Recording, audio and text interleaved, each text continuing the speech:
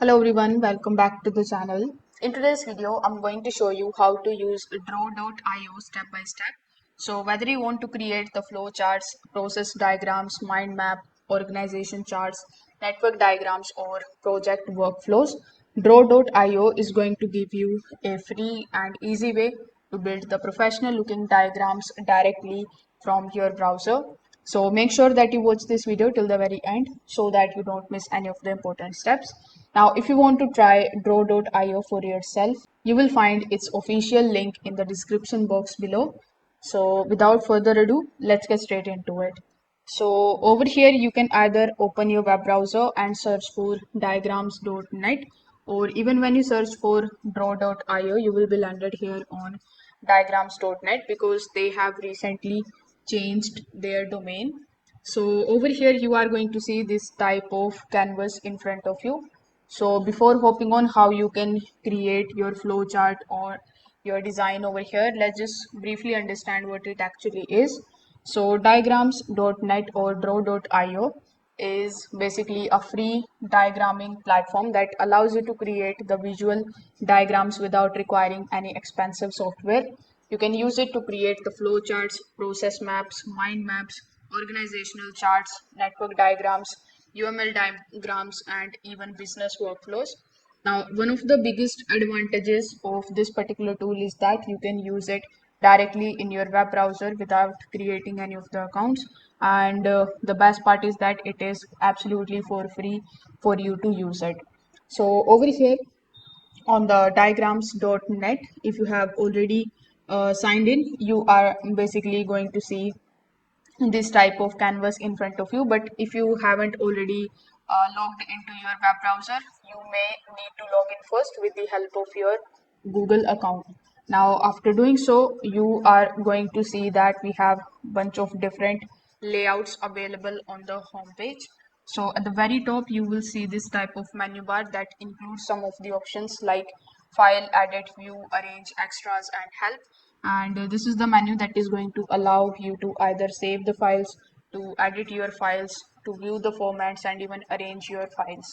Now here in the left hand sections we have all of these options available, like we have general, flowchart, miscellaneous, and then we have advanced, basics, arrows, etc. So this is the center where all of your work is going to done. So this is the canvas and this is your working area where the diagrams are going to be created. Then we have this right hand section where you are going to find the formatting controls, where you can basically customize the colors, the styles, alignment and appearance. We will talk about it later in this video. So first of all, let's start with the basic flow chart. So over here, click on the option of general, then select your rectangle or your rounded rectangle shape. So let's say I want to select the rounded rectangle shape. So as you can see, I've selected it over here. Now, in order to delete any of the shapes over here, simply select the shape and then click on the option of delete. Now, as you can see, when I selected this particular shape, in the right hand section, you are going to see its style, the text and the arrangement. So you can basically make changes into it very easily. So over here, what you are going to do is you are going to simply double click on the shape that you have selected. Then you just have to simply provide the subject of your flowchart. So this is my start project, and also I'm going to give it this particular color over here. So after doing so, what you need to do next is you need to simply again select another shape. You need to select one more shape over here, and you need to select another shape over here. So these are the three shapes that I have selected. Now in order to basically select them all, you just have to simply press shift plus, and then you just have to simply select all of these images one by one so that these could be selected in a group. So now you just have to select the color for this particular section, and now you just have to double click on it and provide the task.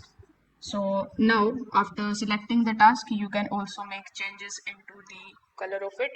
And then again, we have the second image. We are going to give it the same color. Then again, we are going to give this shape another title. So it is execute work. And then we have another um, image available over here, and we are going to give it this particular title. So again, I'm going to select it and change it. Perfect. Now this is the basic flowchart, and now we need to connect them all. So in order to connect them, you are going to see some of the arrows available in the general section, but you can also find the arrows in this arrows section. So here, as you can see, we have a bunch of different types of arrows available. So let's say I have selected this particular arrow over here. So after selecting it, it is going to look something like this. So what you need to do is you just have to simply select the back side of the arrow, and you need to place it something like this. Afterwards, you just have to place the front side of the arrow that can look something like this. And now, as you can see, both of these are now connected. So you can also make changes into it something like this. And then you can just simply select this particular arrow and you can place it like this. Now, again, if you want to make the connection, you can select it, and then you can select the front side of it and you can place it something like this. You can then select the arrow. You can do control plus C and control plus V, and you can also select it something like this. So as you can see, this is the basic flow chart that you can basically create. You can add as many shapes, as many texts available over here from the left hand side, and then you can make it as complicated or as simplified as you want. So over here in the right hand section, you will see a bunch of different types of formatting related details. So you can select the shapes, the text, and then you can make changes into it. Like you can change the opacity, you can change the text, you can also make changes into the arrangement. So it actually depends on what you are looking for. So you can make changes into it very easily. Now here on the top, you are going to see that you have the unsaved changes. So here on diagrams.net, you need to save all of the things that you are basically doing here. So once you are done with your editing, you just have to simply click on the option of unsaved, and then you just have to simply save your diagram as. So you just have to simply provide the title, then you can select the type of the file. So you will see a bunch of different options. The XML file is the base file, and as you can see, its extension is .draw.io. You can also select the PNG, SVG, and the HTML. So for right now, I'm going to select it. Then it will ask where do you want to save this particular flowchart of yours. So you can select Google Drive, and in the Google Drive, you will need to go to the My Drive where it is going to basically save. So simply click on the option of save, and then you can basically authorize your Google Drive account so that it could save all of your generations into it. So simply click on the option of authorize, and you just have to authorize your Google account.